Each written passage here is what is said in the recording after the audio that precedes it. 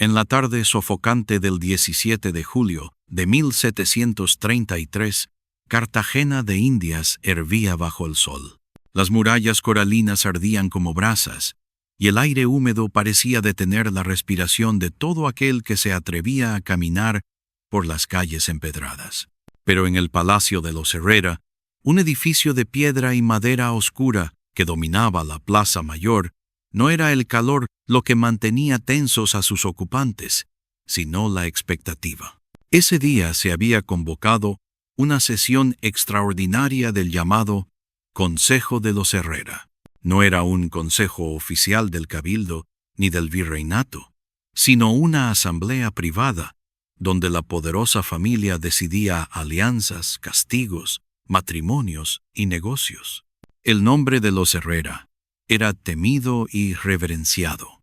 Su riqueza provenía del comercio de esclavos, del azúcar, del oro y de préstamos usureros que ataban a medio Cartagena a su voluntad. Entrar en ese salón equivalía a enfrentarse a la voluntad de un reino paralelo. El salón principal era una caja de resonancia de poder. Los techos estaban adornados con frescos importados de Génova, las paredes cubiertas con tapices flamencos, y en el centro se extendía una mesa inmensa de caoba donde se alineaban copas de plata, plumas de ganso y documentos sellados. Los candelabros iluminaban con una luz amarillenta que hacía brillar los rostros sudorosos de los asistentes. Había más de 50 hombres, jueces locales, mercaderes de ultramar, capitanes de navío, clérigos dominicos, y presidiendo desde el extremo más alto, don Gaspar de Herrera, patriarca de 60 años, con la mirada fría de quien había negociado fortunas sobre la sangre ajena. Ese día, el motivo oficial era juzgar la conducta de una mujer mestiza acusada de escándalo y brujería. El nombre se susurraba con recelo: Manuela de Cartagena. Apenas se pronunciaba en voz alta, como si al hacerlo se invocara un mal augurio. Era una joven criada de la casa, conocida por su inteligencia, su belleza y su carácter difícil de domesticar. Los rumores sobre ella habían corrido por meses, que había rechazado las insinuaciones de Tomás de Herrera, el hijo mayor, que había sido amante secreta de un comerciante portugués, que hablaba con palabras en lenguas africanas prohibidas, que guardaba secretos demasiado peligrosos para ser tolerados. El escribano del consejo comenzó a leer en voz monótona las acusaciones: conducta indecente, seducción, intento de hechicería, desobediencia reiterada. Cada palabra caía como un martillazo en la sala. Manuela, sentada en un banco, bajo la vigilancia de 2 guardias, escuchaba sin pestañear. Su vestido de lino blanco, modesto y limpio, resaltaba su piel morena, brillante por el calor. Los ojos oscuros permanecían fijos en el patriarca. El murmullo iba creciendo. Algunos pedían que fuese azotada públicamente, otros que fuese expulsada de la ciudad. Los más severos insinuaban la hoguera, como si fuese una bruja. El clérigo Fray Bartolomé, con la cruz en alto, exclamó: «Las mujeres como ella son el instrumento del demonio para corromper la moral de esta ciudad». En ese instante, cuando parecía que la sentencia estaba a punto de sellarse, ocurrió lo impensable. Manuela se levantó lentamente, con movimientos que llamaron la atención de todos. Los guardias intentaron sujetarla, pero ella levantó la mano con una calma que los desconcertó. Avanzó hasta el centro del salón, justo bajo el ventanal que dejaba pasar la luz dorada del atardecer. Los presentes pensaron que iba a suplicar clemencia. Nadie imaginó lo que estaba a punto de suceder. Con un gesto preciso, comenzó a desatar el cordón de su corsé. El sonido del nudo al soltarse fue como un latigazo en la sala. Las voces se apagaron. El corsé cayó, dejando al descubierto la curva de sus hombros. Luego, sin prisa, se bajó las mangas de la blusa y la dejó deslizarse hasta el suelo. Un comerciante en la primera fila soltó un grito ahogado. El juez de la corona intentó incorporarse, pero sus rodillas temblaban. La sala se petrificó. Nadie respiraba. Manuela continuó. La falda exterior, bordada con flores sencillas, se abrió con un chasquido de botones. Cayó como una ola blanca en torno a sus pies descalzos. Después, la enagua de lino se deslizó, revelando la piel húmeda por el sudor tropical. En menos de un minuto, todas las telas que habían cubierto su cuerpo reposaban en un montón a sus pies. Ella permaneció erguida, desnuda, con el rostro impasible, los brazos a los costados, los ojos fijos en don Gaspar. La luz del atardecer la bañaba, transformando cada gota de sudor en un reflejo brillante. No había vergüenza en su gesto, ni coquetería. Era desafío puro. Un silencio denso cayó sobre la sala. Solo se escuchaba el zumbido de las moscas y el crujir de la madera bajo los pies de quienes se removían incómodos. Entonces Manuela habló. ¿Queréis justicia? Aquí la tenéis. Este es el cuerpo que habéis usado, condenado y vendido. Este es el espejo de vuestra hipocresía. Su voz, clara y firme, atravesó el salón como una campana. Cada palabra golpeó las conciencias de aquellos hombres acostumbrados a dictar destinos sin ser cuestionados. El caos estalló de inmediato. El padre Bartolomé gritó, «¡Blasfemia!», mientras intentaba cubrirla con su capa. Un mercader portugués, enrojecido por la mezcla de vergüenza y deseo, trató de apartar la mirada sin lograrlo. Dos jóvenes capitanes se cruzaron sonrisas excitadas, murmurando que jamás olvidarían aquella visión. Los viejos hidalgos se persignaban, murmurando oraciones apresuradas. Don Gaspar golpeó la mesa con el puño cerrado, furioso. «¡Que la arresten de inmediato!». Pero los guardias, paralizados, no sabían cómo actuar frente a una mujer desnuda que, sin violencia, había dominado a toda la sala. Un alguacil corrió hacia la puerta gritando órdenes, convencido de que la joven había perdido la razón. Otros intentaron taparla con mantos, pero Manuela los apartó con un gesto tan digno que nadie se atrevió a forzarla. En pocos minutos, la noticia comenzó a filtrarse por las calles. Los criados que servían vino corrieron a las cocinas murmurando lo ocurrido. Un mozo salió a la plaza y lo contó a gritos. Los curiosos se agolparon frente al palacio preguntando qué sucedía. La mestiza se ha desnudado frente a los Herrera. Una criada mostró su carne en el consejo. Un escándalo sin precedentes.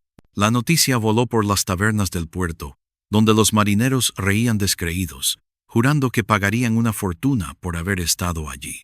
En los conventos, las monjas rezaban horrorizadas por la corrupción de las costumbres. En los patios de las haciendas, los esclavos repetían la historia con entusiasmo, como si aquel gesto hubiese sido un acto de rebelión que los representaba a todos. Esa misma noche, en las casas más nobles, las damas cuchicheaban que tal vez la mujer no estaba loca, sino inspirada por fuerzas superiores. Solo una enviada de Dios se atrevería a hacer eso frente a los Herrera, murmuraban algunas. Otras, más prácticas, reconocían en silencio la valentía de aquella mestiza que había osado exponer lo que ellas mismas jamás se atreverían a mostrar: el poder de un cuerpo convertido en arma. Mientras tanto, en el salón, los Herrera luchaban por recuperar el control. Don Gaspar ordenó suspender la sesión, pero era demasiado tarde. El escándalo ya no podía contenerse.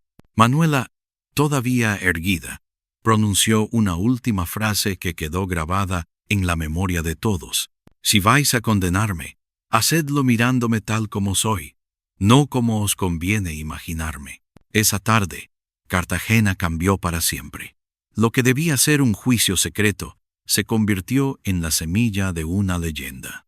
El nombre de Manuela de Cartagena ya no sería pronunciado con desprecio ni compasión, sino con fascinación y temor, porque no se trataba de una locura pasajera, sino de un gesto calculado. Manuela había entendido que ningún argumento Ninguna súplica podría salvarla de los Herrera, pero sí un golpe certero a su reputación. La desnudez como arma, el escándalo como justicia. La mujer que se desnudó ante el consejo no solo expuso su piel, también desnudó las miserias de un sistema entero. Y lo que estaba por venir sería aún más perturbador. Para comprender el escándalo que estremeció a Cartagena en 1733, es necesario retroceder casi 3 décadas y adentrarse en la historia de una niña nacida en la sombra de las murallas, donde se entrelazaban sangre africana, silencio español y cadenas invisibles. Manuela de Cartagena vino al mundo en 1707, en un pequeño cuarto de adobe situado en los márgenes de la ciudad portuaria. Su madre, llamada Lucía, era una esclava angoleña que había llegado en un barco negrero 17 años antes. Su padre, nunca reconocido oficialmente, era un hombre blanco, un soldado español que desapareció apenas supo del embarazo, dejando a Lucía marcada por la doble condena de ser esclava y madre soltera. La pequeña creció entre dos mundos que nunca la aceptaron del todo. Para los esclavos, era la hija de los blancos, distinta por su piel más clara y sus ojos brillantes. Para los criollos españoles, no pasaba de ser una mestiza ilegítima, destinada a servir sin reclamar nada. Ese limbo social, cruel e inquebrantable, fue la primera escuela de Manuela. Aprendió muy pronto que su supervivencia dependía de la astucia, la discreción y la capacidad de observar sin ser observada. Desde niña, demostró una inteligencia poco común. Mientras otras pequeñas esclavas cargaban agua o recogían leña, ella se quedaba en las cocinas escuchando las conversaciones de los amos. Aprendió palabras en castellano, memorizó oraciones que oía en la misa, repitió en secreto las letras que veía garabateadas en papeles desechados. Una monja piadosa de la iglesia de Santo Toribio, compadecida de su curiosidad, le enseñó a leer algunas frases de los salmos. Era un acto prohibido. Una esclava alfabetizada era un peligro. A los 8 años ya descifraba cartas y podía firmar con un trazo inseguro. A los 10 conocía más de historia sagrada que muchos hijos de hacendados. Esa inteligencia se convirtió en su refugio, pero también en su condena. Cuanto más comprendía el mundo, más sentía el peso de la injusticia que la rodeaba. Su madre Lucía, agotada por los trabajos forzados, murió cuando Manuela tenía apenas 12 años.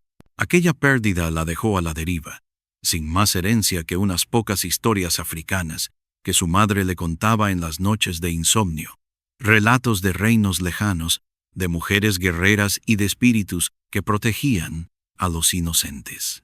Esos cuentos se grabaron en su memoria como brasas encendidas que, años después, alimentarían su rebeldía. Tras la muerte de Lucía, Manuela fue vendida como criada doméstica a la familia Herrera. El cambio marcó un antes y un después. Pasó de los barrios pobres al corazón del poder cartagenero, aunque siempre como sirvienta. En la gran casa de piedra coralina donde residían los Herrera, Manuela tuvo acceso a lujos que jamás había soñado. Tapices europeos, espejos venecianos, vajillas de plata, pero cada objeto brillaba sobre el trasfondo de su condición. Seguía siendo una propiedad más, al mismo nivel que un mueble o un caballo. Sin embargo, esa cercanía al poder le permitió observar a los Herrera en toda su crudeza. Descubrió que detrás de la fachada de nobleza se ocultaban secretos oscuros, infidelidades, deudas escondidas, negocios turbios. Aprendió a escuchar detrás de las puertas, a leer los gestos, a comprender quién mandaba realmente y quién obedecía por miedo. En la cocina, mientras preparaba guisos para banquetes, escuchaba los planes comerciales de Don Gaspar. En los pasillos, mientras lustraba pisos, veía pasar a Tomás y Fernando discutiendo sobre amantes y apuestas. En la capilla privada, Observaba a doña Inés, rezando con lágrimas, ocultando las humillaciones sufridas en silencio. Cada detalle quedaba archivado en su memoria, formando un mapa secreto del poder de los Herrera. Pero lo que más marcó su adolescencia no fueron los lujos observados ni las conversaciones robadas, sino la humillación cotidiana. Manuela era demasiado hermosa para pasar desapercibida. Su piel clara, sus ojos profundos y su cuerpo en desarrollo la convirtieron en objeto de miradas lascivas desde muy temprano. Los invitados a las fiestas la observaban con descaro. Los jóvenes hacendados la abordaban en los pasillos, y hasta algunos clérigos justificaban sus insinuaciones con la excusa de la debilidad de la carne. Ella aprendió a esquivar, a fingir, a callar. Pero cada experiencia le dejaba cicatrices invisibles que fortalecían su desconfianza hacia el mundo masculino de poder. En su interior crecía la certeza de que los Herrera y sus aliados eran hipócritas. Predicaban virtud, pero practicaban abuso. Hablaban de honor, pero se escondían tras la impunidad. A los 17 años, cuando otras muchachas soñaban con matrimonios ventajosos, Manuela solo soñaba con sobrevivir. Sin embargo, su inteligencia y belleza no podían ocultarse para siempre. Comenzó a llamar la atención de Tomás de Herrera, el hijo mayor, un joven ambicioso que veía en ella no a una criada, sino a un trofeo clandestino. Sus insinuaciones marcarían el inicio de la trama que, años después, desembocaría en el escándalo de 1733. Al mismo tiempo, Manuela cultivaba amistades secretas entre los esclavos y las sirvientas. Compartía con ellos historias, curaba heridas con remedios aprendidos de su madre, enseñaba a leer a escondidas. Poco a poco, se convirtió en una figura de respeto en los rincones ocultos de la casa Herrera. Los esclavos la llamaban la niña que sabe, y algunos incluso creían que estaba protegida por los espíritus de Angola que su madre invocaba en sus relatos. La dualidad definía su vida. Para los Herrera, era una criada obediente, útil y silenciosa. Para los esclavos, era un símbolo de esperanza, una mujer que demostraba que incluso dentro de la opresión podía florecer la dignidad. Con el paso de los años, esa dualidad se hizo más evidente. Manuela comenzó a comprender que no pertenecía del todo a ningún mundo.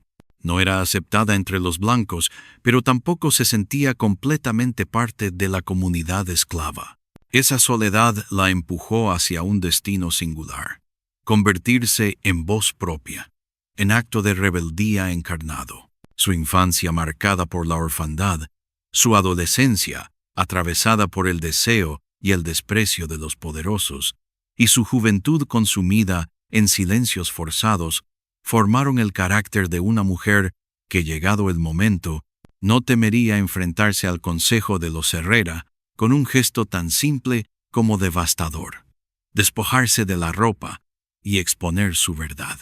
En el recuerdo de quienes la conocieron en aquellos años, Manuela siempre fue descrita con dos palabras: fuego y hielo. Fuego en sus ojos cuando defendía a una sirvienta maltratada.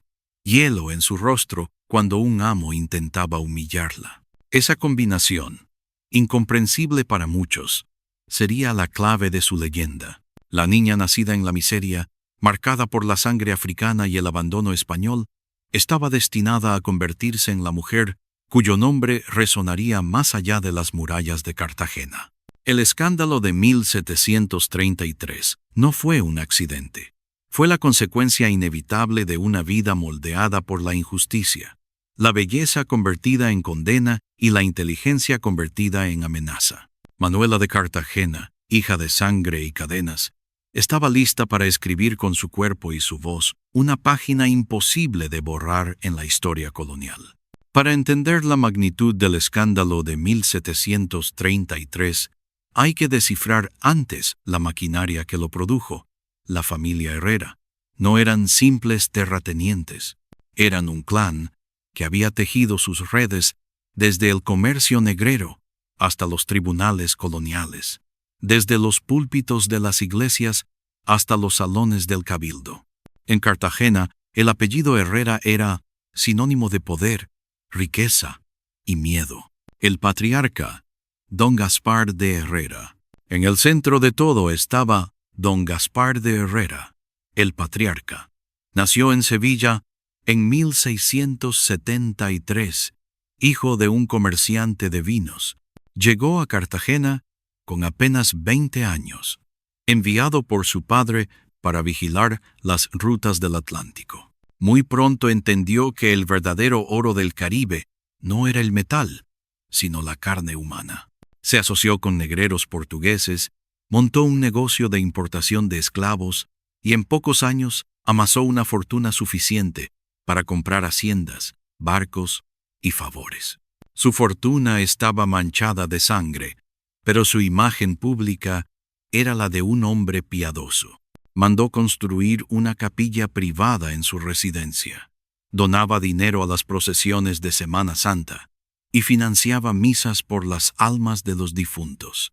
Pero quienes lo conocieron íntimamente sabían que no creía en nada más que en el poder del oro. De estatura media, rostro curtido y ojos grises como acero, don Gaspar inspiraba tanto respeto como terror. Se decía que nunca sonreía de verdad. Sus órdenes eran cortas, secas, y quien las desobedecía sufría consecuencias inmediatas, desde la pérdida de un contrato hasta la ruina total.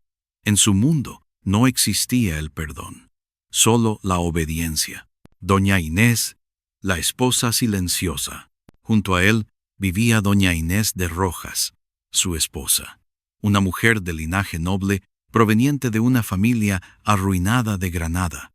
Su matrimonio con Gaspar fue un pacto. Ella aportaba el título y la respetabilidad.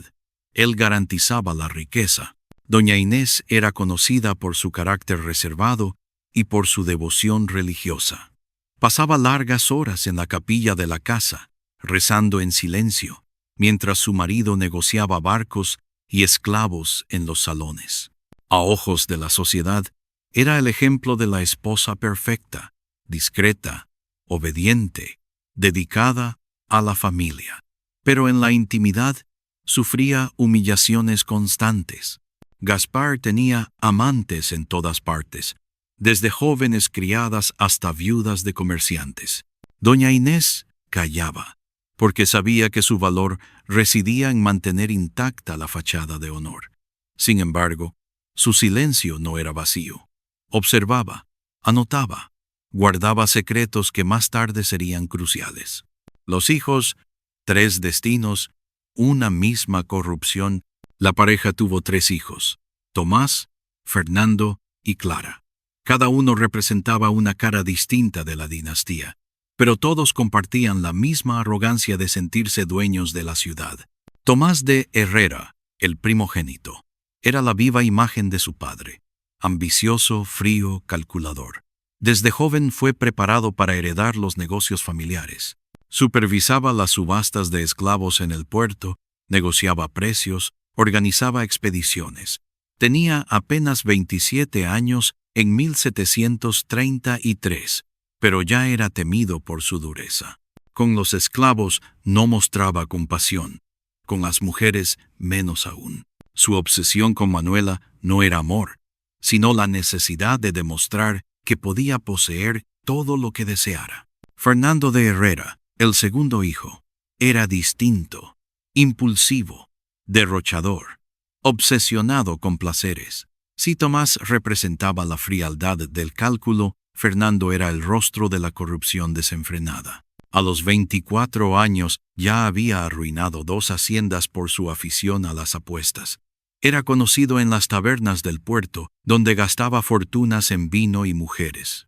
Sin embargo, en los consejos familiares fingía seriedad, como si sus excesos no fueran de dominio público. Clara de Herrera, la única hija, fue utilizada como moneda de cambio. A los 16 años la casaron con un juez influyente, don Rodrigo de Orellana, 20 años mayor que ella. El matrimonio aseguraba la protección legal de los Herrera en los tribunales. Clara, joven inteligente pero atrapada, pronto aprendió a usar su posición para influir en juicios y sentencias. Se decía que detrás de muchos fallos favorables a los Herrera estaba su mano invisible. El Consejo de los Herrera, poder paralelo. Lo que hacía a esta familia más temida que otras no era solo su riqueza, sino la institución privada que crearon, el Consejo de los Herrera. No tenía reconocimiento oficial, pero funcionaba como un gobierno en la sombra. Cada mes, en el gran salón de la casa, se reunían jueces, mercaderes, clérigos y militares que dependían de su dinero o de sus favores. Allí se decidían precios de mercancías, se organizaban subastas, se resolvían disputas legales sin necesidad de tribunales. Quien entraba al consejo sabía que su voz solo valía si favorecía a los Herrera. Era un círculo de corrupción tan cerrado que incluso el virrey evitaba enfrentarse directamente con ellos. Muchos decían que el consejo era más poderoso que el propio cabildo. La doble moral, en público. Los Herrera eran vistos como benefactores de la ciudad. Donaban dinero a iglesias, organizaban fiestas religiosas, financiaban procesiones, sus nombres aparecían grabados en las placas de mármol de las capillas. Pero tras esa máscara se escondía la realidad. Su fortuna provenía del comercio más cruel. Cada esclavo vendido en el puerto representaba lágrimas, cuerpos encadenados, familias destruidas. Tomás y Fernando competían por ver quién conseguía más beneficios en cada subasta, como si la vida humana fuese una moneda. Clara usaba sus contactos para silenciar denuncias. Doña Inés rezaba por las noches, quizá buscando perdón por pecados que no eran suyos. Y don Gaspar, imperturbable, contaba monedas de oro como si fueran sacramentos. Manuela y los secretos. Fue en este entorno donde Manuela creció como sirvienta. Desde los pasillos oscuros, observaba el consejo reunirse. Aprendió a reconocer quién debía favores, quién odiaba en secreto al patriarca, quién negociaba traiciones mientras brindaba con vino. Sus ojos eran como dagas ocultas, que todo lo veían. Descubrió que los Herrera mantenían libros dobles, uno oficial para mostrar a la corona y otro secreto donde registraban ganancias ilícitas. Descubrió que algunos clérigos recibían sobornos para callar abusos. Descubrió que Fernando había dejado embarazada a más de una criada y que Tomás guardaba documentos comprometedores sobre deudas de jueces. Todo esto lo almacenaba en su memoria, sin saber aún cómo lo usaría. Hipocresía y miedo. La sociedad cartagenera conocía las sombras de los Herrera, pero nadie se atrevía a desafiarlos. El miedo era un lenguaje cotidiano. Miedo a perder propiedades, a ser condenado sin juicio, a ser hundido en deudas imposibles de pagar.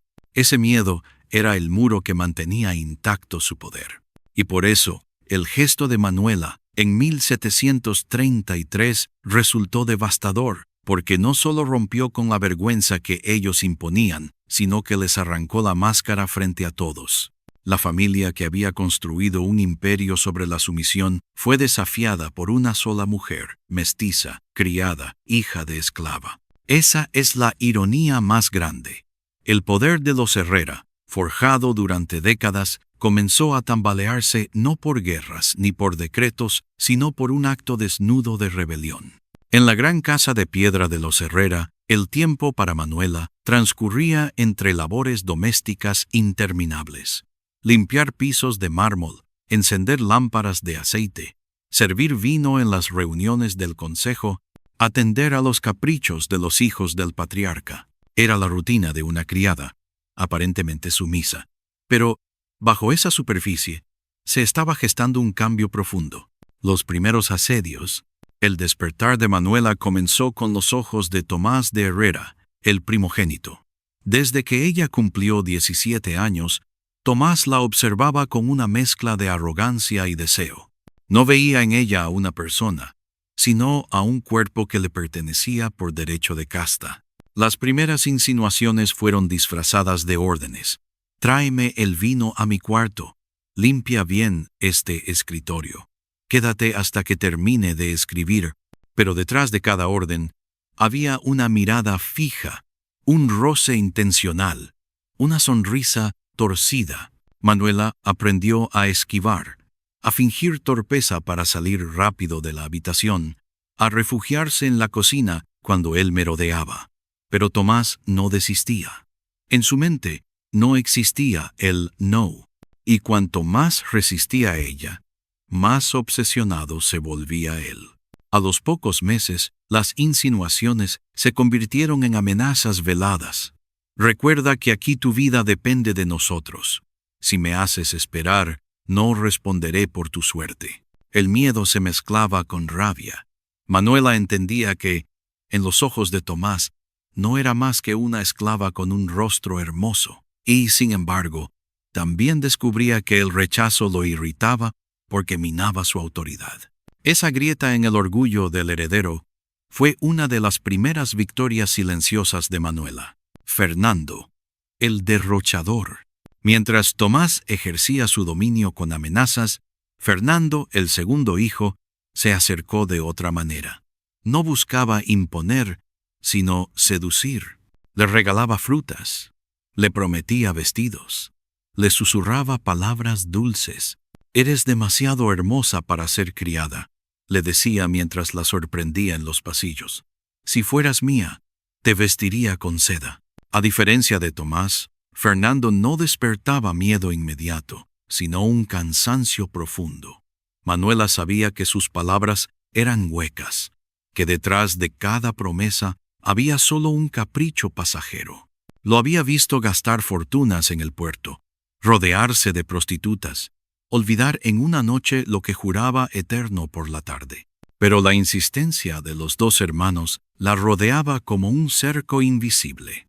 En cada esquina de la casa, su cuerpo era observado, deseado, calculado, y comprendió que, en aquella sociedad, su belleza era a la vez su condena y su única arma. La humillación pública. El despertar definitivo ocurrió durante una fiesta en honor al cumpleaños de don Gaspar.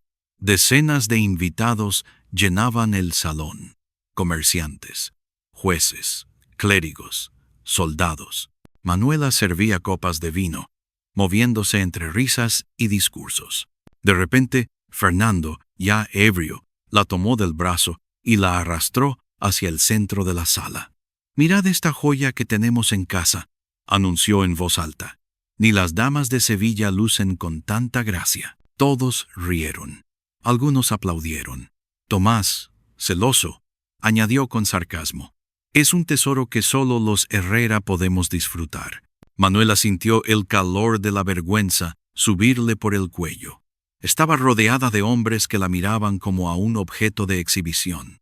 Doña Inés, en silencio, bajó la mirada, incapaz de defenderla. Fue entonces cuando comprendió con claridad brutal. Su cuerpo era el campo de batalla. Podían humillarla, poseerla, exhibirla, pero también podía convertirse en el arma con la que destruiría a quienes se creían intocables. Ese pensamiento la estremeció. Por primera vez no lloró en silencio aquella noche. No se refugió en los recuerdos de su madre. Se miró en un espejo roto de la cocina y susurró: «Si mi cuerpo es su condena, lo será en mis términos». El aprendizaje secreto. Desde ese momento, Manuela comenzó a observar con otra mirada. Analizó cómo reaccionaban los hombres a la presencia femenina. Las pupilas dilatadas, los silencios incómodos, los temblores en la voz. Notó que incluso los más poderosos se volvían vulnerables ante el deseo. Recordó las historias de mujeres guerreras que su madre le contaba, reinas africanas que enfrentaban ejércitos, hechiceras que doblegaban a los tiranos con un gesto, y entendió que no necesitaba espadas ni venenos. Su arma era más peligrosa, porque atacaba el corazón mismo de la hipocresía colonial, la obsesión con la honra y la vergüenza. Comenzó a cultivar su propio poder. Caminaba con la cabeza erguida, aunque la insultaran. Sostenía la mirada de Tomás hasta incomodarlo. Respondía a las insinuaciones de Fernando con sonrisas que eran cuchillos. Poco a poco, dejaba de ser la criada asustada para convertirse en una presencia inquietante, imposible de domesticar. El despertar del deseo propio. Pero el despertar no fue solo hacia el poder, sino también hacia el deseo.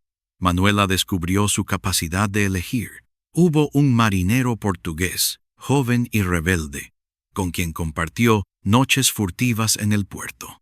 No fue amor eterno, pero sí un aprendizaje, que su cuerpo podía ser gozo, no solo instrumento de humillación. Ese descubrimiento la fortaleció aún más, porque comprendió que los Herrera podían creer que la poseían, pero en realidad nunca lo hicieron del todo. Su intimidad, su placer, sus decisiones secretas eran territorio propio, inaccesible para ellos. El precio del desafío. Cada gesto de dignidad tenía un precio. Tomás redobló sus amenazas. Fernando la acusó de desprecio y comenzó a llamarla ingrata. Los rumores llegaron a los oídos de don Gaspar, quien veía con disgusto que una simple criada generara tensiones en la familia. Un día, el patriarca la llamó a su despacho. Con voz dura, le dijo: «Recuerda, muchacha, que aquí no eres nadie. Un error, una insolencia, y terminarás en el mercado vendida como animal». Manuela bajó la cabeza, fingiendo obediencia, pero dentro de sí una voz gritaba: «Un día, Gaspar, serás tú quien esté desnudo ante todos». Ese fue el momento en que su despertar se completó. Ya no era la niña asustada ni la joven humillada. Era una mujer consciente de su poder y de su destino. La semilla del escándalo. A partir de entonces, Manuela comenzó a imaginar escenas en su mente, no de venganza sangrienta, sino de un gesto capaz de quebrar el orgullo de los Herrera. Se veía a sí misma en medio del consejo, arrancándose las ropas, obligándolos a mirar la verdad que escondían bajo capas de hipocresía. Al principio, esas visiones parecían fantasías imposibles, pero con cada humillación, con cada insinuación, con cada silencio cómplice de la sociedad, esa fantasía se fue solidificando como un plan. El día llegaría. Y cuando llegara, Cartagena entera recordaría no a la criada mestiza, sino a la mujer que se atrevió a desnudarse frente al poder. La vida de Manuela en la casa de los Herrera había sido un campo minado de humillaciones y silencios. Pero lo que ocurrió en 1733 superó todos los agravios anteriores y se convirtió en la chispa que encendió el fuego del escándalo, el rumor del embarazo. Todo comenzó con un rumor. En Cartagena, las habladurías corrían más rápido que el viento que empujaba los barcos por la bahía. Una criada mestiza, joven y hermosa, despertaba sospechas entre las damas de la élite. ¿No os parece que Manuela está más llena de rostro? ¿Habéis visto cómo oculta su vientre con pañuelos? En menos de una semana, el murmullo se transformó en acusación. Manuela estaba embarazada. Pero la pregunta que agitaba a la ciudad era más peligrosa. ¿Quién era el padre? Algunos señalaban a Tomás, el primogénito. Otros aseguraban que había sido Fernando, siempre imprudente con sus pasiones. Unos pocos murmuraban que el padre era un comerciante portugués, amigo de la familia. La sola posibilidad de que un miembro de los Herrera hubiera engendrado un hijo con una criada mestiza era un escándalo que podía arruinar su prestigio. La obsesión de la familia por la honra se veía amenazada. La reunión secreta. Don Gaspar convocó a un consejo íntimo con sus hijos y 2 jueces aliados. Manuela no fue llamada, pero lo supo todo porque escuchó tras la puerta, como tantas veces había hecho. «Esto no puede salir a la luz», gruñó el patriarca. «Si esa muchacha está encinta de alguno de vosotros, debemos resolverlo antes de que los rumores lleguen al virrey». Tomás protestó con arrogancia: no hay prueba alguna, y si la hay, siempre podemos venderla antes de que dé a luz. Fernando, nervioso, se defendía: no soy yo, padre. Lo juro por la Virgen. Esa mujer es peligrosa. Todos lo sabemos. Puede haber buscado a otro hombre solo para mancharnos. El juez Orellana, marido de Clara, intervino con frialdad. La honra de los Herrera está en juego. Recomiendo proceder de inmediato. Un juicio privado, una acusación de brujería o prostitución. Así nadie creerá en sus palabras. El patriarca asintió. El destino de Manuela quedaba sellado. Sería acusada, no por sus actos, sino para proteger la fachada de la familia.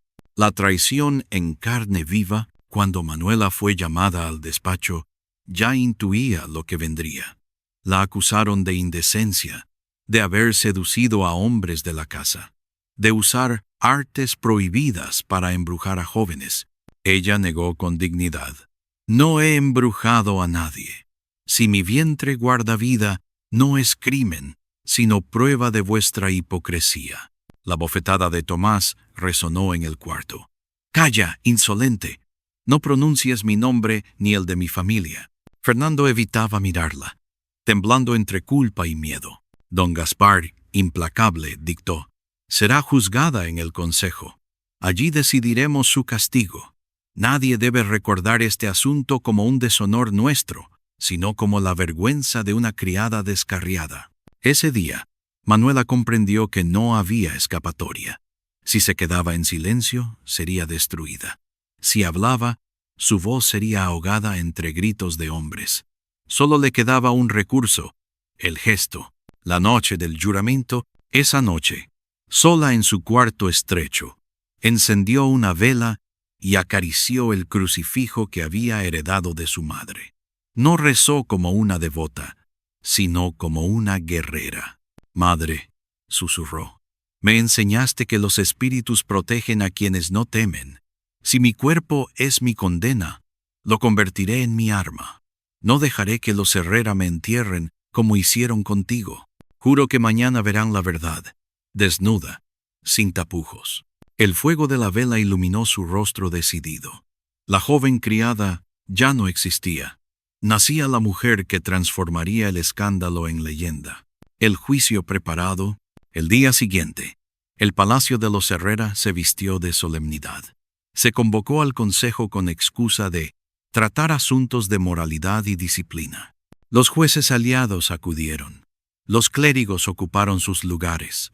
Los comerciantes se acomodaron con curiosidad morbosa. Manuela fue llevada bajo custodia, como si fuera una criminal. Su vestido era sencillo, sin adornos, pero sus ojos brillaban con una firmeza que inquietaba incluso a los guardias. El escribano comenzó a leer. Se acusa a Manuela de Cartagena de indecencia, seducción, práctica de supersticiones africanas y de pretender mancillar la honra de esta ilustre familia. Las palabras caían como martillazos, pero Manuela ya no las escuchaba. Cada sílaba era confirmación de lo que había planeado: destruirlos en su propio terreno, usando lo único que no podían controlar, su vergüenza. El instante antes del escándalo, cuando don Gaspar preguntó si tenía algo que declarar, Manuela respiró hondo, miró alrededor. 50 pares de ojos clavados en ella, unos llenos de desprecio, otros de curiosidad, algunos de deseo reprimido. Y entonces decidió que había llegado el momento. Con movimientos lentos, ceremoniales, comenzó a desatar su corsé. Nadie lo sabía todavía, pero en ese instante el destino de la familia Herrera y de la propia Cartagena cambiaba para siempre. El 17 de julio de 1733, a las 5 de la tarde, el gran salón del Palacio Herrera hervía de murmullos. El calor caribeño apretaba. Las velas chorreaban cera sobre los candelabros y el aire olía a vino viejo y a sudor. La ciudad entera parecía contenida en aquella sala. Jueces, clérigos, capitanes, comerciantes y los propios Herrera, todos expectantes de presenciar el juicio privado contra una criada mestiza. Manuela de Cartagena estaba en el centro, de pie, con el rostro sereno. El escribano acababa de terminar la lectura de los cargos: indecencia, seducción, supersticiones.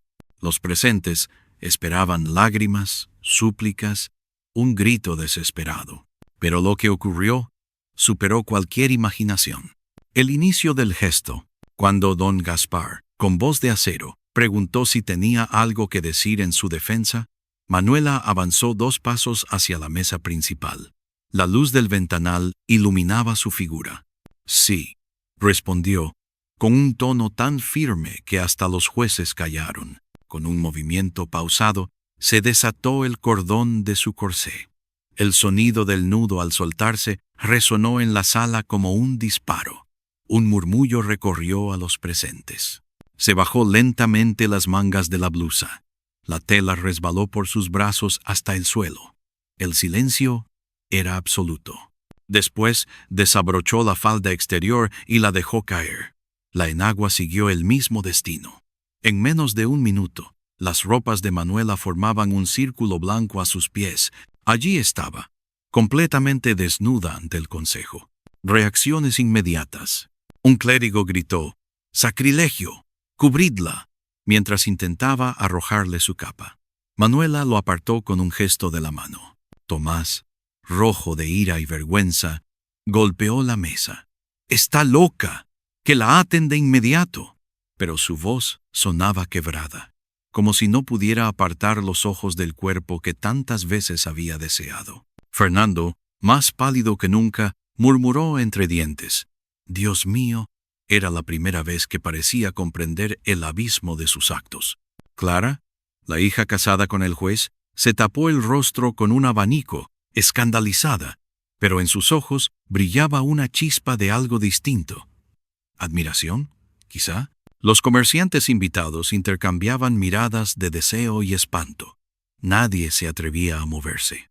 Las palabras de Manuela alzó la voz, clara y cortante. ¿Queréis justicia? Miradme bien. Este es el cuerpo que habéis usado, humillado, vendido en rumores. Este es el espejo de vuestra hipocresía. Si voy a ser condenada, que sea desnuda, para que todos veáis lo que en verdad condenáis». Sus palabras atravesaron la sala como dagas. Un sudor frío recorrió las espaldas de los hombres más poderosos de Cartagena. «Decís que soy indecente, pero sois vosotros quienes me han perseguido con miradas y manos sucias.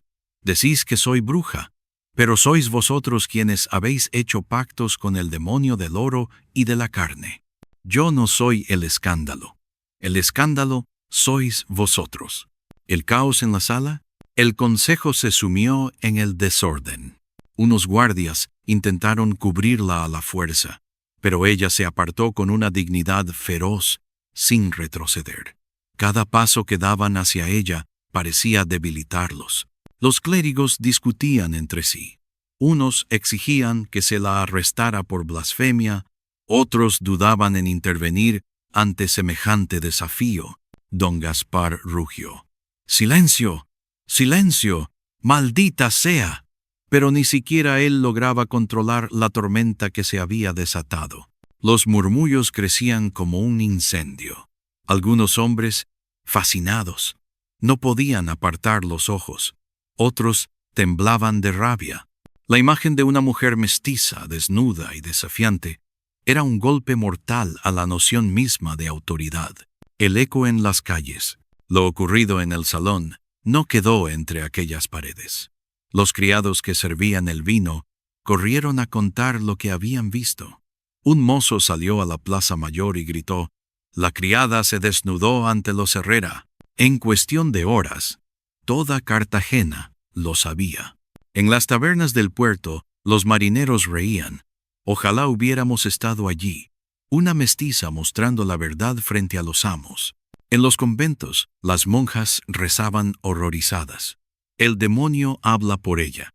En los patios de las haciendas, los esclavos susurraban con júbilo: «Una de las nuestras les quitó la máscara. Si ella se atrevió, nosotros también podemos. Las damas de la élite cuchicheaban a escondidas. Algunas la condenaban como indecente, otras confesaban en voz baja que jamás habían sentido tanta envidia de una mujer. El gesto como arma. Lo que Manuela comprendió aquella tarde es que la desnudez no era solo piel, sino un manifiesto. En una sociedad obsesionada con la honra y la apariencia, mostrar el cuerpo era arrancarles la máscara a los poderosos. No necesitaba gritar ni golpear. Bastaba con permanecer de pie, sin ropa, sin miedo, para que los cimientos del poder temblaran. La retirada forzada, finalmente, tras interminables minutos de caos, 2 guardias lograron cubrirla con un manto y arrastrarla fuera de la sala. Pero el daño ya estaba hecho. Mientras la conducían por los pasillos, Manuela sonrió levemente. Sabía que había ganado. Cartagena entera hablaba de ella, y los Herrera jamás podrían borrar la imagen de la mujer que los había desnudado a ellos con su propio gesto. La ciudad dividida. Esa noche, la ciudad estaba dividida. Para los poderosos, Manuela era una amenaza que debía ser castigada con dureza. Para los clérigos, un demonio que debía ser purgado. Para las mujeres oprimidas, un símbolo de valentía. Para los esclavos, una llama de esperanza. El escándalo ya no pertenecía a la casa Herrera. Era patrimonio de toda Cartagena. La fragilidad del poder. Don Gaspar pasó la noche dando órdenes furiosas. Exigió que se redactara un acta condenándola, que se sobornara a testigos, que se difundiera la versión de que Manuela estaba loca, pero incluso él comprendía lo imposible. Nadie olvidaría lo ocurrido. Ni las paredes tapizadas, ni los frescos italianos, ni las monedas de oro podrían ocultar la imagen de una mujer mestiza desafiando desnuda al poder. El patriarca, por primera vez en décadas, sintió miedo. El eco eterno. Así nació la leyenda. El acto de desnudarse no fue un arrebato de locura, sino la culminación de años de humillaciones y silencios. Fue un golpe maestro en un tablero donde ella parecía no tener piezas. En adelante, cada vez que alguien nombrara a los Herrera, alguien recordaría. Sí, los mismos a quienes una mujer se desnudó en pleno consejo. El escándalo había trascendido. Manuela ya no era solo una criada mestiza. Era un símbolo, un mito en gestación. La tarde del 17 de julio de 1733 quedó grabada en la memoria de Cartagena. El acto de Manuela de desnudarse en pleno consejo de los Herrera no se borraría jamás. Pero la historia no se detuvo allí. Lo ocurrido fue solo el comienzo de una cadena de consecuencias que desataron más caos del que la propia Manuela había imaginado. La rabia de los Herrera. El mismo día, cuando el consejo fue disuelto entre gritos y murmullos, don Gaspar reunió a su familia en privado. El patriarca estaba desencajado, con las venas del cuello tensas y el rostro rojo de furia. Nos ha ridiculizado delante de todos. Una mestiza, una criada, ha osado exhibirse en nuestra propia casa. Esto no puede quedar impune. Tomás, todavía con el orgullo herido, golpeó la mesa. Hay que colgarla. Si no, la ciudad creerá que hemos sido derrotados por una mujerzuela. Fernando, cabizbajo, no decía nada. Por primera vez parecía más asustado que enfadado. Clara, con voz fría, replicó: si la matáis ahora, será mártir, y si la dejáis libre, será mito. Cualquiera de las dos opciones nos condena. Debemos hacerla parecer culpable, no valiente. Doña Inés, en silencio, rezaba con los labios apretados. Quizá en el fondo deseaba que aquella joven hubiera dicho lo que ella nunca se atrevió. Don Gaspar concluyó con decisión. Será encarcelada y juzgada por escándalo público y blasfemia, no como víctima, sino como criminal. Cartagena la recordará como una loca pecadora, no como una heroína. El juicio manipulado. 2 días después, Se organizó un juicio público en el cabildo, esta vez no solo con los miembros del consejo, sino con representación oficial del virreinato. Los Herrera movieron hilos, sobornaron jueces, pagaron a clérigos para que predicaran en contra de Manuela desde los púlpitos. La acusación era clara: exhibicionismo obsceno, falta de respeto a la autoridad, prácticas de brujería africana, atentado contra la moral cristiana. Manuela fue llevada encadenada, pero su mirada no mostraba derrota. Se mantuvo erguida, con el mismo silencio sereno que en el consejo. Cuando le preguntaron si quería defenderse, respondió con calma: ¿Defenderme de qué? Demostrar lo que todos sabéis y ocultáis. Condenadme si queréis. Ya habéis perdido. Los murmullos llenaron la sala. Algunos presentes, sobre todo esclavos y mujeres humildes, contenían sonrisas de orgullo. El juez Orellana, cuñado de los Herrera, dictó la sentencia. Manuela sería encarcelada en las mazmorras de San Felipe, a la espera de ser enviada a un convento para penitencia perpetua. Los Herrera respiraron aliviados. Creían que con rejas y silencio sofocarían el incendio. La cárcel de San Felipe.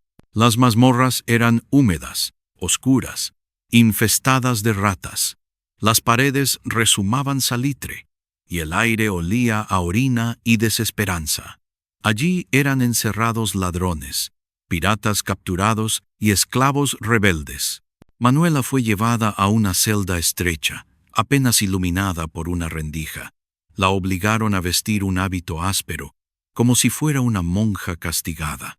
Los guardias, acostumbrados a humillar a los prisioneros, se sorprendieron al verla.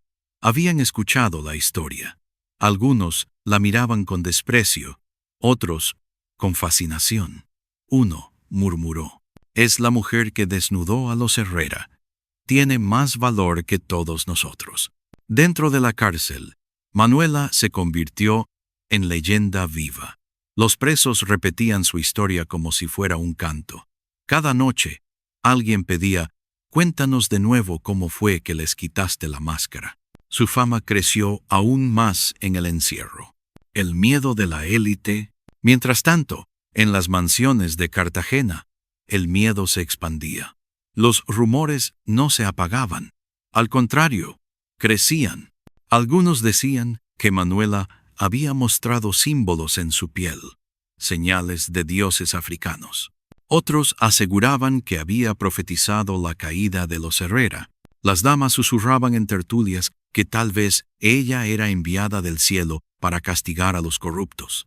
Los esclavos empezaron a organizar reuniones nocturnas, donde repetían su nombre como consigna. El poder de los Herrera se tambaleaba. Habían querido callar un escándalo, y lo habían multiplicado. El plan de fuga. En la cárcel, Manuela no estaba sola. Entre los presos había un marinero portugués, el mismo con quien había compartido noches furtivas en el puerto años atrás. Su nombre era Duarte, y al verla en aquel estado, juró ayudarla. «No dejaré que mueras aquí. Eres más fuerte que todos ellos. Cartagena te necesita fuera, no enterrada en estas piedras». Con la ayuda de otros reclusos y de un guardia sobornado, comenzaron a planear la fuga. Esperarían una noche de tormenta, cuando el rugido del mar y los truenos cubrieran cualquier ruido. Durante semanas, Duarte escondió limas, cuerdas y fragmentos de llave bajo trozos de pan. Manuela, paciente, observaba cada detalle. No era la primera vez que veía hombres intentar escapar, pero sí la primera que creía que su libertad era posible. La tormenta liberadora. La ocasión llegó una noche de agosto. El cielo se abrió en un aguacero violento.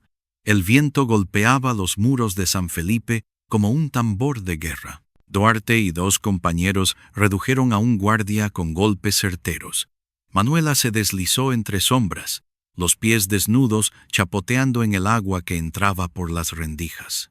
Subieron por un túnel estrecho, abrieron con esfuerzo una reja oxidada y tras horas de lucha contra la oscuridad y la lluvia, emergieron en las afueras de la ciudad cerca de las murallas. El corazón de Manuela latía con fuerza.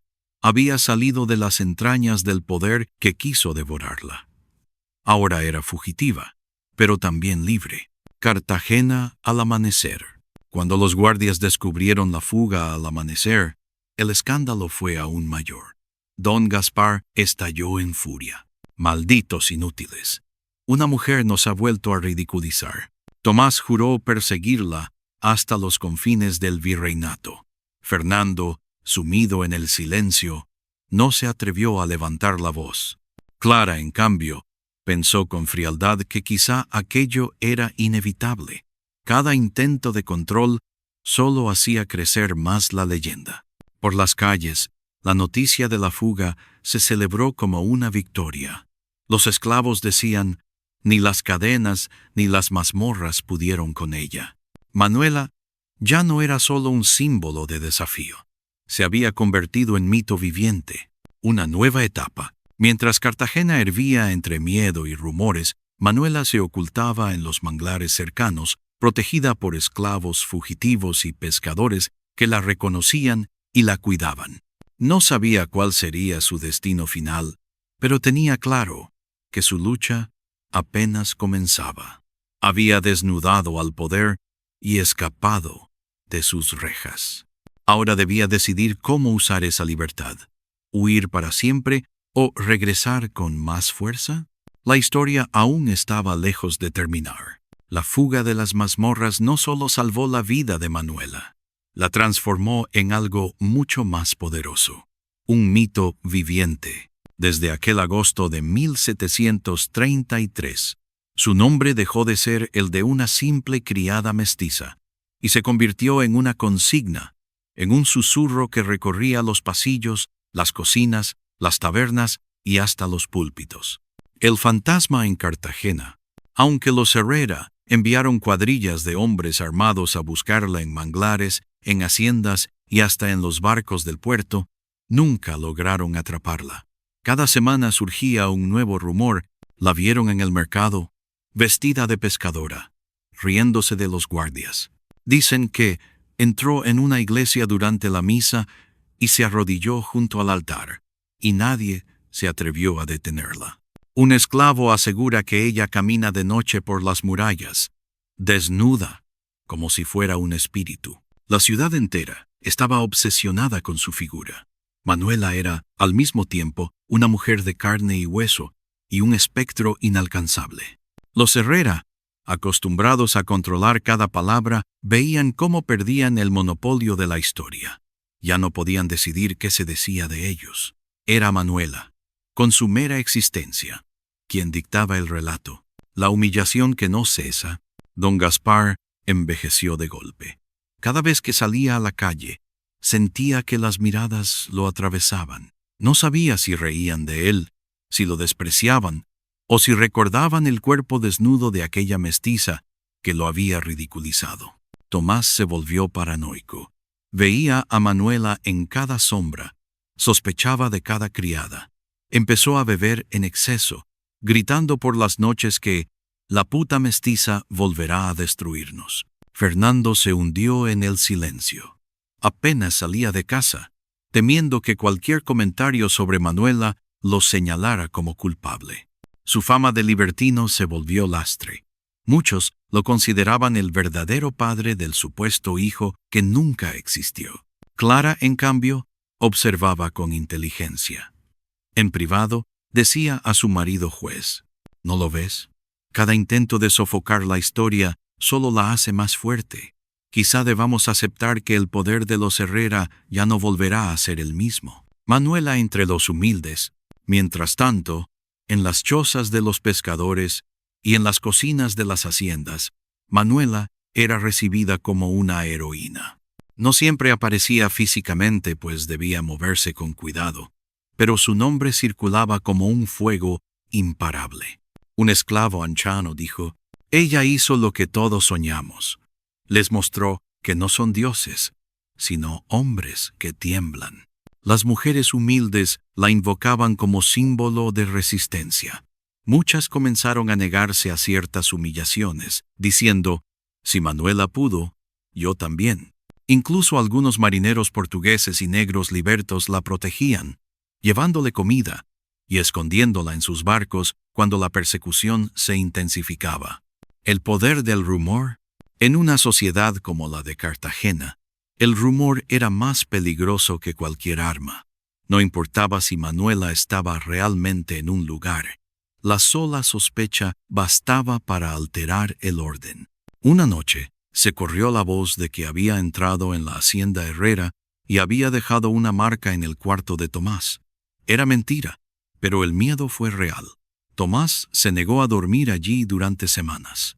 Otro día, dijeron que Manuela había sido vista en el convento de Santa Clara, hablando con las monjas. Las damas de la élite empezaron a murmurar que incluso las religiosas estaban de su lado. Cada mentira, cada exageración, cada relato embellecido aumentaba su leyenda. Y lo más fascinante era que Manuela no tenía que hacer nada. La ciudad lo hacía por ella. La venganza silenciosa. Manuela nunca buscó venganza sangrienta. No envenenó a los Herrera. No incendió sus haciendas. No levantó armas. Su verdadera venganza fue el silencio activo. Desaparecer y dejar que el miedo y la vergüenza trabajaran en su nombre. Los Herrera, incapaces de matarla ni de callarla, se devoraban entre sí. Don Gaspar enfermó del corazón. Tomás se aisló hasta parecer un loco. Fernando perdió todo respeto social. Clara se convirtió en la única voz pragmática, pero también la más temida dentro de la familia. El apellido Herrera, otrora símbolo de poder, comenzó a sonar con un eco de burla. La iglesia dividida, el clero no sabía cómo reaccionar.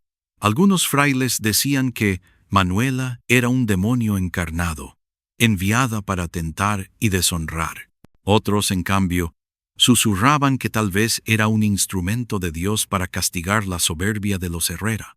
En los sermones, los sacerdotes más conservadores gritaban contra la mujer descarriada, pero en los bancos, los feligreses escuchaban en silencio, con una sonrisa escondida. Muchos pensaban, predican contra ella, porque temen su verdad. Así, la Iglesia, que debía ser el sostén del poder colonial, quedó también dividida. El hijo que nunca fue, el rumor del embarazo, origen del conflicto, nunca se confirmó. Manuela nunca dio a luz, ni se supo si realmente había estado encinta, pero esa ausencia se volvió aún más poderosa. ¿Dónde está el hijo de la mestiza?, preguntaban en los mercados. Quizá murió. Quizá nunca existió. Quizá está escondido, esperando su momento. Esa incertidumbre alimentaba aún más la leyenda. Para algunos, el supuesto hijo era un símbolo del mestizaje que destruiría la pureza falsa de la élite. Para otros, un mito que representaba la nueva Cartagena que se gestaba en silencio. La inmortalidad de un gesto.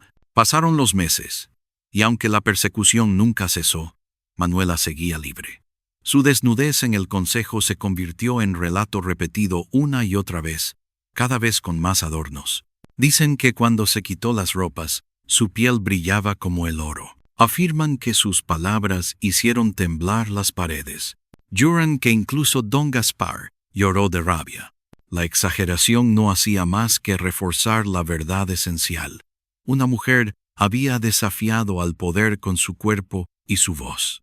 Esa verdad sobrevivía a cada mentira, a cada manipulación. Manuela, mito viviente. Al final, la mayor venganza de Manuela fue no morir, no convertirse en mártir ni en cadáver olvidado, sino en mito viviente. Un fantasma de carne y hueso que seguía caminando por Cartagena, inalcanzable, inspirando miedo y esperanza al mismo tiempo. Los Herrera podían poseer oro, barcos, esclavos y jueces, pero jamás pudieron poseer la memoria de la gente. Y esa memoria, en 1733, ya pertenecía a Manuela. El apellido Herrera, que durante décadas había sido sinónimo de riqueza, honra y poder en Cartagena, comenzó a desmoronarse poco a poco tras el escándalo de 1733. El desnudo de Manuela había sido el golpe inicial, pero fueron la vergüenza, el miedo y la obsesión por ocultar la verdad lo que terminó destruyéndolos. El oro manchado. Los Herrera eran dueños de haciendas de caña, plantaciones de cacao y barcos mercantes. Pero los rumores comenzaron a afectar sus negocios. Los comerciantes extranjeros, supersticiosos, decían: «No tratéis con ellos. Una maldición cae sobre su casa desde que esa mujer los desnudó». Los esclavos en las haciendas murmuraban entre sí: «No trabajemos como antes, que se pudran sus campos. Los dioses protegen a Manuela, no a los Herrera». La producción cayó, los barcos se quedaron vacíos y las arcas comenzaron a flaquear. El aislamiento social. Antes del escándalo, los Herrera eran anfitriones de las tertulias más importantes de la ciudad. Pero después, cada invitación era rechazada con excusas. Nadie quería sentarse a su mesa, por miedo a las burlas. En los bailes y procesiones, las damas apartaban la mirada. Algunos caballeros se reían a escondidas. «Ahí van los que fueron vencidos por una mestiza desnuda». El apellido, antes pronunciado con respeto, se convirtió en sinónimo de ridículo. La enfermedad de don Gaspar. El patriarca no soportó la humillación. Sus noches se volvieron insomnio, sus días tormento. Soñaba con la escena del consejo, con la figura de Manuela desnudándose, con las risas que no existieron, pero que él imaginaba resonando en su mente. Comenzó a sufrir del corazón. Se encerraba en su despacho, bebiendo vino hasta desfallecer. Una mañana, los criados lo encontraron desplomado en el suelo, con la copa aún en la mano. Su muerte, lejos de traer dignidad, fue interpretada como confirmación de la maldición. En la ciudad se murmuraba: «No murió de enfermedad, sino de vergüenza». Tomás, el primogénito en ruinas. Con la muerte del padre, Tomás heredó las haciendas, pero estaba tan consumido por la paranoia que no pudo administrarlas. Desconfiaba de todos. Veía en cada esclavo un aliado de Manuela, en cada criado un espía. Una noche, enloquecido por el alcohol, salió desnudo a los balcones de la mansión gritando: «Ella está aquí. Ella me vigila». Los vecinos lo vieron y nunca olvidaron la ironía. El mismo hombre que había querido callar a una mujer desnuda terminó siendo recordado por su propia desnudez ridícula. Poco después, perdió gran parte de las tierras en apuestas y deudas. Murió en soledad, delirando con el nombre de Manuela. Fernando, el fugitivo. Fernando no resistió la presión social. Los rumores de que él había sido el verdadero padre del supuesto hijo nunca se apagaron. Su reputación de libertino se convirtió en sentencia. Una noche, sin avisar a nadie, tomó un barco rumbo a La Habana. Allí intentó rehacer su vida, pero siempre lo acompañaba la sombra de su pasado. Cada vez que se presentaba en un nuevo círculo, alguien murmuraba: «Ese es uno de los Herrera, los que fueron vencidos por una mujer en Cartagena. Murió joven, enfermo y solo, en tierras extranjeras». Clara, la superviviente fría. Clara fue la única que comprendió la magnitud del desastre. Desde el principio, había advertido que matar o silenciar a Manuela sería inútil. Tras la muerte de su padre y la ruina de sus hermanos, se convirtió en la administradora silenciosa de lo poco que quedaba.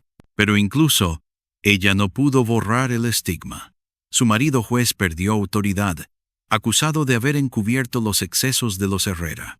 Sus hijos crecieron marcados por la burla. Clara se replegó en un silencio helado, jurando en privado que si alguna vez volvía a ver a Manuela, sería para suplicarle clemencia, no para vengarse. La mansión vacía, la gran casa de piedra en la plaza principal, antaño llena de música y tertulias, fue quedando vacía. Los criados abandonaron el servicio, los muebles se cubrieron de polvo, los balcones se oxidaron. Algunos vecinos juraban escuchar pasos por las noches y veían sombras femeninas moviéndose en los corredores. Otros aseguraban que era el espíritu de Manuela entrando y saliendo a voluntad. La mansión Herrera pasó de símbolo de poder a casa maldita. Cartagena habla. La ciudad, por su parte, no dejaba de hablar. En los mercados, las mujeres repetían la historia a sus hijas. Hubo una vez una mujer llamada Manuela que se desnudó ante los más poderosos y los destruyó sin tocarles un cabello. En los muelles, los marineros contaban la anécdota adornada con fantasías, que Manuela brillaba como oro, que los Herrera cayeron de rodillas, que los ángeles mismos bajaron a cubrirla. Lo cierto o inventado ya no importaba. La memoria popular era más fuerte que cualquier acta notarial. El silencio final. Hacia finales de la década de 1730, el apellido Herrera prácticamente había desaparecido del círculo de poder. Los descendientes sobrevivían en la penumbra, sin influencia ni prestigio. Y Cartagena, cada vez que recordaba su caída, no mencionaba batallas, deudas ni intrigas políticas. Solo recordaba un gesto, el de una mujer mestiza desnudándose en el consejo. Ese gesto se convirtió en tumba para una familia entera. La victoria de la memoria. Así, la caída de los Herrera no se debió a un ejército ni a una rebelión armada. Fue el resultado de una sola mujer, que al mostrar su cuerpo, reveló la fragilidad de un poder construido sobre el miedo y la apariencia. La ruina, el exilio y el silencio fueron las verdaderas cadenas que los atraparon. Y cada murmullo en Cartagena era una piedra más sobre su sepultura moral. Cuando los Herrera se extinguieron en silencio, Cartagena no olvidó. Al contrario, la memoria de lo ocurrido en 1733 se volvió más fuerte con cada generación. Manuela de Cartagena, la criada mestiza que osó desnudarse frente al consejo, dejó una huella que trascendió los muros de piedra, las cadenas del poder y hasta los límites del tiempo. La voz transmitida en las cocinas, en los patios, en los muelles. Las madres contaban a sus hijas la historia. Hubo una mujer que no temió mostrar la verdad, aunque el mundo entero la llamara pecadora. Y por ese valor, un linaje entero se vino abajo. Los hombres humildes la narraban en las tabernas como ejemplo de astucia. No necesitó espadas ni venenos, solo su cuerpo y su palabra, y con eso derrotó a los más poderosos. La historia se transmitió de boca en boca, cada vez más adornada, cada vez más grandiosa. El mito en los esclavos. Para los esclavos africanos y sus descendientes, Manuela se convirtió en símbolo de resistencia. Era la mujer que rompió las cadenas con sus propios ojos. Muchos comenzaban sus rezos nocturnos invocando su nombre, como si fuera una santa pagana. Algunos decían que en las noches de luna llena, su espíritu caminaba por las murallas de Cartagena, recordándoles que la libertad siempre era posible. La advertencia a los poderosos. Entre la élite, el mito tenía otra función. Advertencia. Cada familia poderosa, cada hacendado, cada comerciante que abusaba de sus criados, escuchaba la misma frase en murmullos: cuidado, que un día aparecerá otra Manuela. El nombre se volvió sinónimo de amenaza contra la soberbia. Una sola palabra bastaba para incomodar a los que creían tener el control. La iglesia dividida para siempre, con el tiempo, incluso la iglesia no pudo borrar la huella. Algunos sacerdotes la condenaban desde los altares como ejemplo de pecado y desobediencia. Pero otros, más discretos, reconocían en privado que Dios podía haber usado a una mujer humilde para derribar la arrogancia de los poderosos. En las confesiones, muchas mujeres susurraban: Padre, yo quisiera tener el valor de Manuela. Y los sacerdotes, incapaces de responder, entendían que el mito era más fuerte que la doctrina. La memoria escrita. Décadas después, cronistas y viajeros europeos comenzaron a recoger la historia. Algunos la pintaban como escándalo, otros como curiosidad exótica, pero todos coincidían en algo. Cartagena había sido escenario de un gesto único, irrepetible. En cartas y diarios privados se repetía la anécdota. Una mujer mestiza se desnudó ante los más ilustres, y desde entonces nada fue igual. La pluma confirmó lo que la voz popular ya había sellado.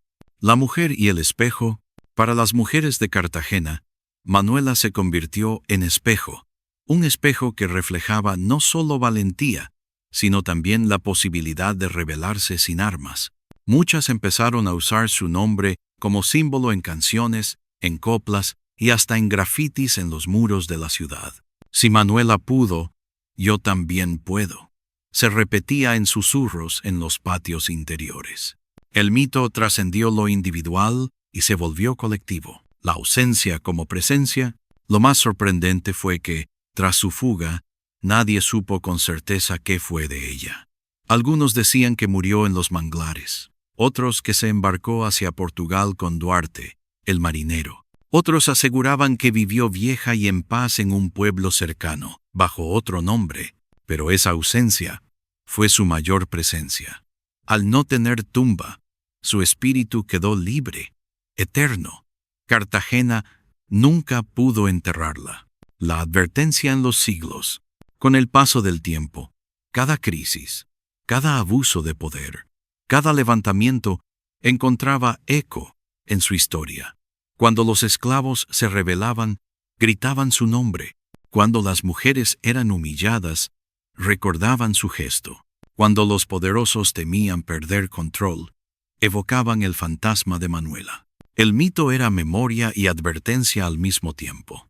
El legado verdadero. Al final, Manuela no fue recordada como víctima ni como pecadora.